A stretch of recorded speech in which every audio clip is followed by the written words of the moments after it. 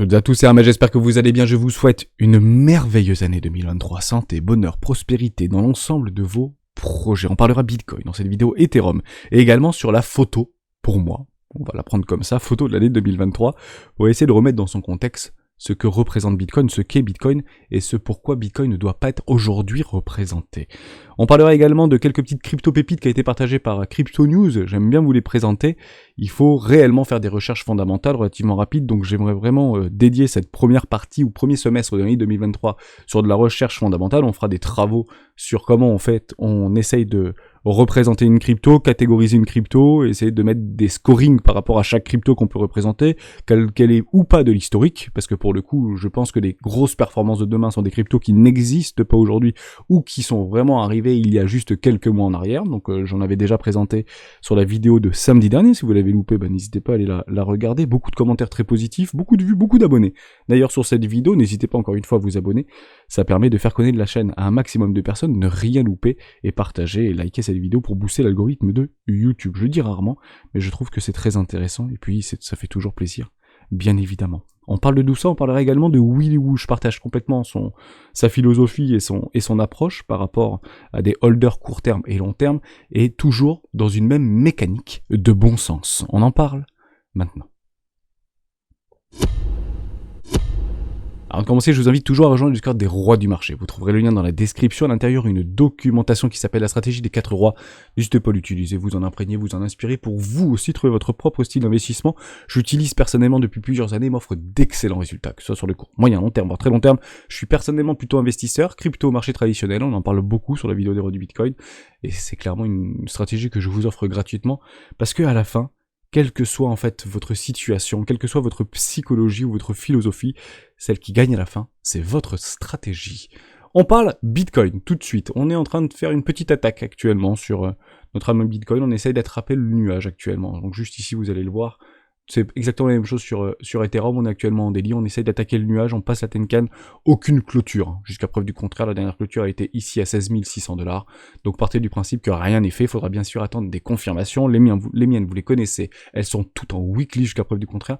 Vous avez un tout petit twist, on partage beaucoup ici par rapport à notre Kumo vis-à-vis de Ishimuru Kinkoyo. On est plutôt dans le vert, on aurait un twist ici sur le 25 janvier prochain. Est-ce qu'on peut éventuellement essayer de grind dans ce nuage complètement, parce que ça fera aussi de support actuellement résistance.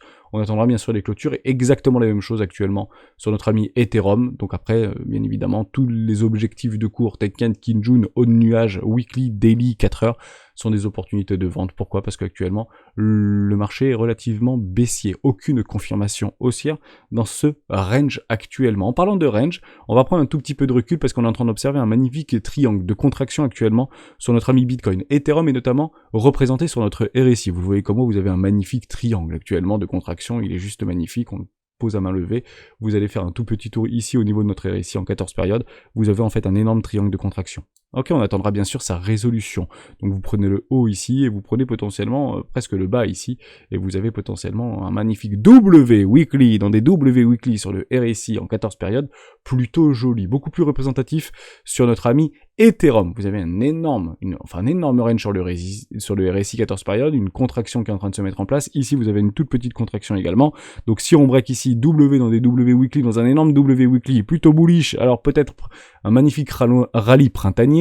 Si on clôture manuellement au nord, voire ici, clôture complètement au sud, pardon, vous avez un énorme M dans des M top en weekly, c'est pas très bullish sur les RSI et pour potentiellement aller chercher des nouveaux plus bas. Actuellement, je suis ni bear, ni bull, j'attends tout simplement des confirmations. Tant que je n'ai pas mes confirmations et mes validations, voire mes invalidations, je ne bouge pas, j'attends, tout simplement. Je suis spectateur actuellement de ce marché et j'attendrai que le marché vienne à moi.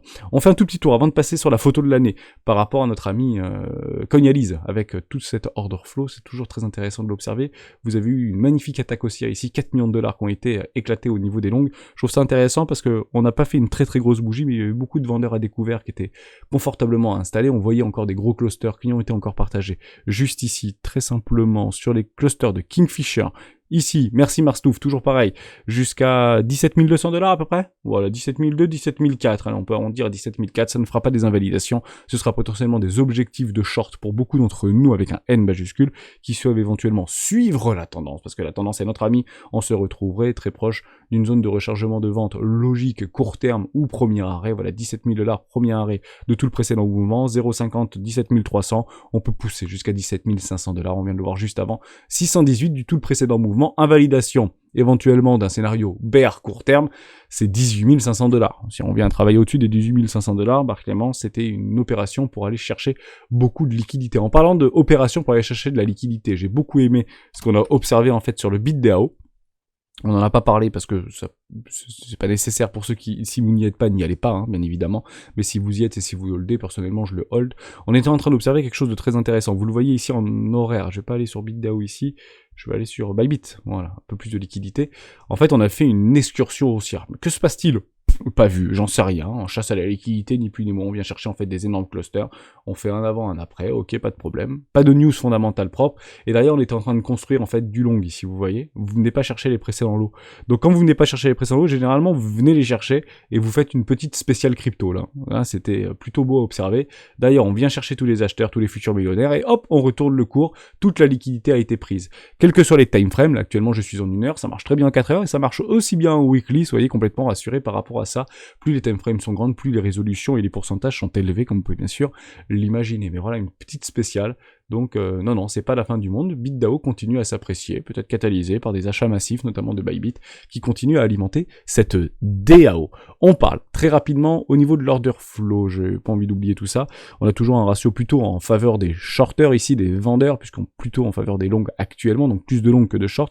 Vous avez quand même un CVD sur le spot qui continue à s'apprécier tout doucement en ce début d'année 2023, et vous avez un CVD sur les contrats futurs qui continue également à s'apprécier, et on a un petit footing relativement négatif, donc les open interest sont quand même relativement hauts, on peut continuer complètement à les apprécier, hein. Ne soyez pas complètement... soyez surtout complètement rassurés, on peut très bien péter complètement au nord et chercher beaucoup de liquidité, et puis derrière s'effondrer, comme vous pouvez bien sûr l'imaginer. Je pense qu'il y a autant de liquidité au nord comme au sud. Le marché, soit je dirais, là où c'est le plus rentable pour lui.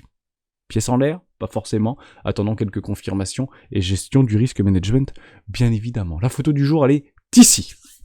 Ça a été partagé par Bitcoin Magazine. Je la trouve vraiment géniale, en fait, cette photo, et j'aimerais vraiment vous donner toute ma philosophie, qui n'a finalement pas changé depuis plusieurs années vis-à-vis de Bitcoin. Bitcoin, ici, est représenté seul contre tous.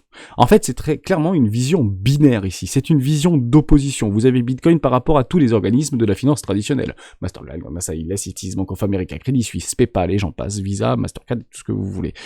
Or, Bitcoin doit aujourd'hui être considéré pour ce qu'il est et ce qu'il représente. Et c'est là en fait pour moi où cette photo est un petit peu biaisée, mais très en fait joliment représentée de la majorité. C'est ça en fait qui est, je pense, très important. Je pense qu'aujourd'hui la majorité des cryptophiles sont dans cette représentation de ce qu'est Bitcoin. Or, pour moi, et je le dis très régulièrement dans les vidéos de Bitcoin, Bitcoin c'est une alternative crédible à un système à bout de souffle, poussé à l'extrême. Pourquoi un système à bout de souffle poussé à l'extrême? En fait, c'est très simple. Quand vous avez des taux négatifs, une impression monétaire sans précédent, ça veut dire qu'on a imprimé sur les 3 dernières années plus que ce qu'on a fait sur les 50 dernières années.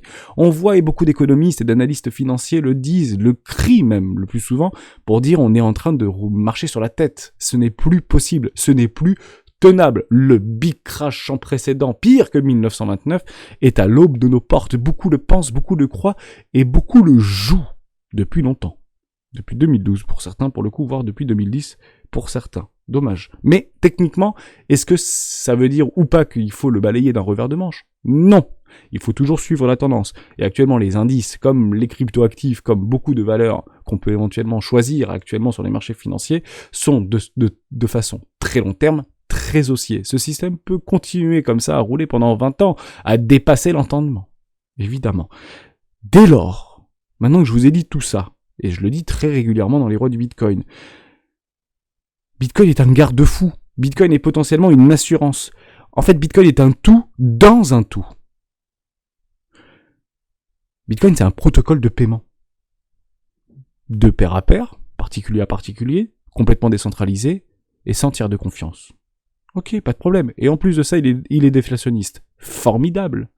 Donc ça, c'est toute la philosophie qu'on peut mettre derrière, qui permet de potentiellement essayer d'encadrer une forme de hype demain. C'est déflationniste, c'est pas comme toutes nos banques centrales, etc. C'est décentralisé, un peu plus de gouvernance et un peu plus de justice, si vous voulez, de pair à pair. Pas besoin de banque, pas besoin de système financier corrompu. Et vous pouvez mettre tout le narratif que vous avez pu éventuellement accumuler pendant ces différentes années vis-à-vis de votre initiation au marché financier et à l'économie en général et macroéconomique. Formidable pour Bitcoin. Mais en finalité, il faut bien comprendre quelque chose, c'est que Bitcoin n'est pas contre tous les autres, mais au service des autres et des entités qui la composent. En somme, il est au service des banques centrales, Bitcoin. Il est au service des banques centrales, Bitcoin, banque commerciale. Il est au service des individus, il est au service des nations, et comme tous les organes de contrôle et de régulation. Bitcoin ne se fera pas contre eux, Bitcoin se fera avec eux. Ça, c'est super important. Pourquoi ? Parce que si Bitcoin se fait contre eux, Bitcoin s'éteindra de lui-même. Bitcoin n'est pas là pour changer le système. Il est là pour lui donner en plus de l'efficience. Je vais vous donner aussi une réciprocité, j'y pense là, mais je pense que c'est capital dans toute cette année 2023 et en fait l'ADN de la chaîne des rois du Bitcoin. Beaucoup considèrent Bitcoin et les cryptoactifs comme des Ponzi. Alors on va donner tout simplement la différence d'opposition très binaire, comme c'est représenté dans la photo, quelle est la différence entre un projet d'entreprise crypto, un projet associatif, viable, périn, et un Ponzi. C'est quoi la différence ? Vous me mettrez dans les commentaires si vous avez une autre approche que moi, mais toujours de beaucoup de simplicité et de bon sens. La seule différence entre un Ponzi et un projet viable, c'est un business model. Je vais vous faire une petite confidence, il n'y a pas beaucoup de projets crypto aujourd'hui qui ont un réel business model, et Bitcoin n'en a pas. Il n'a tout simplement pas été créé comme ça, et pour ça. Le seul aujourd'hui projet crypto qui a réellement réussi à trouver un business model rentable et viable, on est aux prémices de rien, c'est Ethereum. C'est intéressant parce que Ethereum est presque en opposition aujourd'hui dans la tête de beaucoup d'entre nous de Bitcoin. Ouais, mais Bitcoin c'est ni un projet, dès lors c'est ni un Ponzi. Peut-être toute autre chose, mettez-moi dans les commentaires. Ça m'intéresse beaucoup de savoir un petit peu votre tour par rapport à ce qu'est Bitcoin d'un point de vue bon sens, dans cette forme arbitraire d'opposition. Ce qu'il est, ce qui n'est pas, et non pas ce qui doit être. Pourquoi ? Parce qu'on ne parie pas, on n'investit pas dans ce que l'on croit, on investit dans ce que l'on voit et dans ce que l'on sait. Et ça, je sais, Bitcoin n'est pas un Ponzi, pour le coup. Parce que c'est au-delà de ça, pas un projet. Tout simplement d'entreprise. Clairement pas. Éventuellement un projet humain, si vous le souhaitez. Allons dans ce sens-là, mais toujours restons très philosophiques. Voilà, j'ai pas plus de choses à dire sur ça, je pensais que c'était plutôt intéressant de s'embarquer là-dedans sur ce début d'année 2023. J'aimerais vous parler de quelques toutes petites news. Ça, je trouve ça super intéressant, et on parlera juste après de Willy Woo. Les whales du secteur crypto accumulent ces altcoins pour l'année 2023. Toujours des titres qui sont accrocheurs, mais je pense que c'est nécessaire d'aller les chercher, ces titres-là, et d'aller chercher ce qui en est. Je pense que c'est vraiment capital, parce que, qu'on le veuille ou non, dans ces crypto news, crypto, tout ce que vous voulez, crypto favoris, crypto magazine, cryptost, etc., il y aura de toute manière des grosses pépites qui vont y paraître. Alors si vous les bâchez d'un retour de main, partez du principe qu'ils vont probablement parler de tout, c'est leur business model.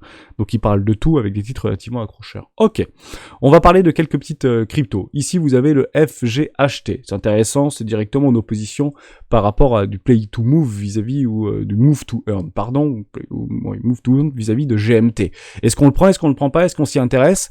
Allons voir au niveau du fondamental, je vous laisserai bien sûr le faire de votre côté. On en parle beaucoup, c'est beaucoup revenu dans les lives des rois du Bitcoin, il faudrait vraiment s'y intéresser par rapport à Stash to Trade. Ok, pas de problème, est-ce qu'ils vont mettre du système de boot algorithmique, etc. Je ne le sais pas du tout, c'est clairement entre guillemets un contre-pied peut-être relativement intéressant, un petit peu comme dit Greg DX vis-à-vis de FTX par rapport à cette chute cataclysmique. Est-ce qu'on peut éventuellement aller s'y intéresser ? Bien évidemment, allons-y gaiement, mais encore une fois, recherche fondamentale avant tout. Hein, mais il y a une forme de hype qui est autour de ce projet, je le vois de plus en plus passer. Vous avez des C+ charges, donc c'est des fameuses recharges, comment faire un truc avec la blockchain par rapport à des recharges de véhicules électriques. Le véhicule électrique est au début de rien actuellement, et est-ce que éventuellement ce type de projet peut accompagner ce type de choses ? Pas de problème avec ça. Éventuellement, s'y intéresser, ça peut avoir une très très grosse hype. Si Tesla reprend des couleurs, peut-être que ce type de projet reprendront des couleurs. Vous en avez plein d'autres en fait, des projets, et en fait tous ces projets-là vont être listés. Ce sont des minuscules projets. Vous avez par exemple Calvaria qui est clairement en opposition par rapport à Cross the Edges. C'est exactement la même chose. C'est des petites cartes. On va le regarder ensemble si vous voulez. Le RIA très rapidement. Comme ça, on se fait une toute petite réciprocité parce que j'ai fait une toute petite recherche dessus et je vous explique pourquoi j'y mettrai pas les pieds. Mais le problème, c'est qu'il y aura 99% de trucs à jeter et peut-être 1% de trucs à prendre et ces 1% ne représenteront peut-être pas la performance des 99 autres qu'on a jetés. Donc actuellement, c'est clairement pas lancé. On va le regarder très rapidement, hein, mais c'est clairement pour moi Cross the c'est assez similaire pour le coup. Hein. C'est la même chose. Bon, peut-être qu'il y a des petites choses qui sont un petit peu différentes, mais voilà, c'est un jeu de cartes, quoi, un petit peu, vous êtes le héros, quoi. Donc, pas de problème avec ça. Qui a derrière ce projet-là? On peut le regarder, en fait, très rapidement. Par rapport à Calvaria, qui nous propose plein de trucs. Vous avez en fait un cofondateur qui est actuellement en Thaïlande. Donc le projet est thaïlandais, pas de problème avec ça. Ça fait 1 an et 6 mois qu'il bosse sur le projet. Le mec avant, il était chef executive officer chez Tacos Del Roi, le roi du tacos. Ok, donc il n'a pas vraiment travaillé pendant 9 mois, il était là-dedans, en Thaïlande. Ok. Ensuite, il a travaillé sur Crypto Hut. Donc je sais pas ce que c'est en CDD pendant 1 an et 2 mois. Après, il a été team leader chez Tist NFT. Ok, pendant 10 mois. Bon, grosse, et après, il a cofondé ou il a fondé Opération Manager chez Fundico CDD 3 ans et 8 mois. Ok. Donc Fundico, c'est un espèce de truc sur les technologies blockchain qui permet un petit peu un coin market cap si vous voulez, mais qui n'a probablement pas vraiment performé. Et il en est parti. Vous avez un autre cofondateur qui lui aussi a travaillé en fait chez Fundico. Donc j'imagine qu'ils ont bossé ensemble. Et ils ont décidé de créer en réalité ce projet-là ensemble. Ok, donc pas plus d'informations par rapport à ça. Et derrière, vous avez un financier, le CEO qui est actuellement à Dubaï, dans les Émirats Arabes Unis, qui est officer directement et strategic advisor chez Calvaria. Bon, clairement, c'est lui qui apporte la thune et les autres qui en fait travaillent derrière. Est-ce que c'est intéressant d'aller voir ce projet-là ou pas? La question reste ouverte. Pour moi, je le balaye d'un retour de main. Est-ce que vraiment ces gens-là sont ultra passionnés? Il faut aller voir des interviews de ces gens-là. Il faut aller voir est-ce qu'ils ont écrit des bouquins? Est-ce qu'ils sont passionnés par le jeu de cartes? Et ça, en fait, vous le retrouvez directement chez Samy, directement chez Cross the Edge. Ce mec-là transpire son jeu. Et si, dans tous les projets dans lesquels vous allez investir demain, des projets, je dis, naissants, peut-être pas ceux qui sont là depuis très longtemps avec des awards, les gens qui sortent de Harvard ou du MIT, ok, on peut éventuellement leur donner un minimum de crédit. Mais tous les gens qui ne sortent pas de ces universités-là, qui sortent pas de HEC, qui sortent pas de Harvard, qui sortent pas du MIT ou qui sortent pas de tout ce que vous voulez, eh ben, il faut aller chercher dans leur ADN pur. Et si vous n'écoutez pas ces fondateurs, eh ben n'y allez pas. Il faut vraiment aller les chercher, tout simplement. Et ce que je vois, je suis pas partenaire de Cross the Edge, mais honnêtement, il faut que je m'y intéresse à ce truc-là. Et avant d'investir une somme importante, il faut que j'y joue. Et si moi ça me hype, alors que je suis pas hypé par les jeux de cartes, croyez-moi que je vais y mettre un bon petit billet parce que ça veut dire que je peux toucher beaucoup de personnes comme moi. Si ça me plaît pas, à ce moment-là, j'y mettrai pas les pieds, si vous voulez. Ou en tout cas, je réviserai ma position par rapport à mon risk management. Dès lors, Calvaria, formidable, mais peut-être roi du tacos, ok, aucun jugement de valeur, mais encore une fois, il faut que ça transpire derrière. Et je le vois pas transpirer. Si vous le voyez transpirer, regardez des vidéos, regardez des interviews, et c'est comme ça qu'il faudra parfaire. Et on fera des dossiers très propre avec des vidéos YouTube, de vidéos sous-titrées avec les fondateurs, des cofondateurs de chaque projet crypto qu'on va soigneusement sélectionner. On va pas en sélectionner beaucoup personnellement, je pense qu'il y aura un vrai arbitrage qui sera fait au sein de la communauté des rois. On en sélectionnera 20 maximum. Et après on tapera dedans et on arbitrera en fonction de ce qui peut se passer ou pas se passer jusqu'au prochain cycle. Donc pour moi c'est fin 2025, personnellement. Ok pour ça, donc je trouvais ça très intéressant de vous en parler. Faites vos recherches fondamentales. Faites vos recherches fondamentales, c'est le plus important. La communauté des rois est là pour éventuellement faire ce qu'on appelle les accélérateurs de business. C'est-à-dire qu'on va faire gagner du temps à beaucoup de personnes. Et vous allez me faire gagner du temps et je vais vous faire gagner du temps. C'est un échange, j'ai proposé des deux jours dans un esprit bienveillant et gagnant-gagnant. Après qu'on aime ou qu'on n'aime pas, scam ou pas scam, est-ce que ce projet précédemment abordé, est-ce un scam? Gros point d'interrogation. Non, ce sont des opportunistes. Et partez du principe que 90% ou 99,9%, parlons de ce qui est réel. Aujourd'hui, des personnes qui sont actuellement dans ces marchés financiers crypto-actifs sont des opportunistes dans un marché extrêmement spéculatif, comme vous pouvez bien sûr l'imaginer. Bitcoiners maximalistes sont peut-être à côté. On les met pas dans le sondage. De toute manière, ils sont maximalistes Bitcoin, donc ça permet de se régler par rapport à ça. Le point de vue de Willy Woo sur les prévisions de Bitcoin, $1 million.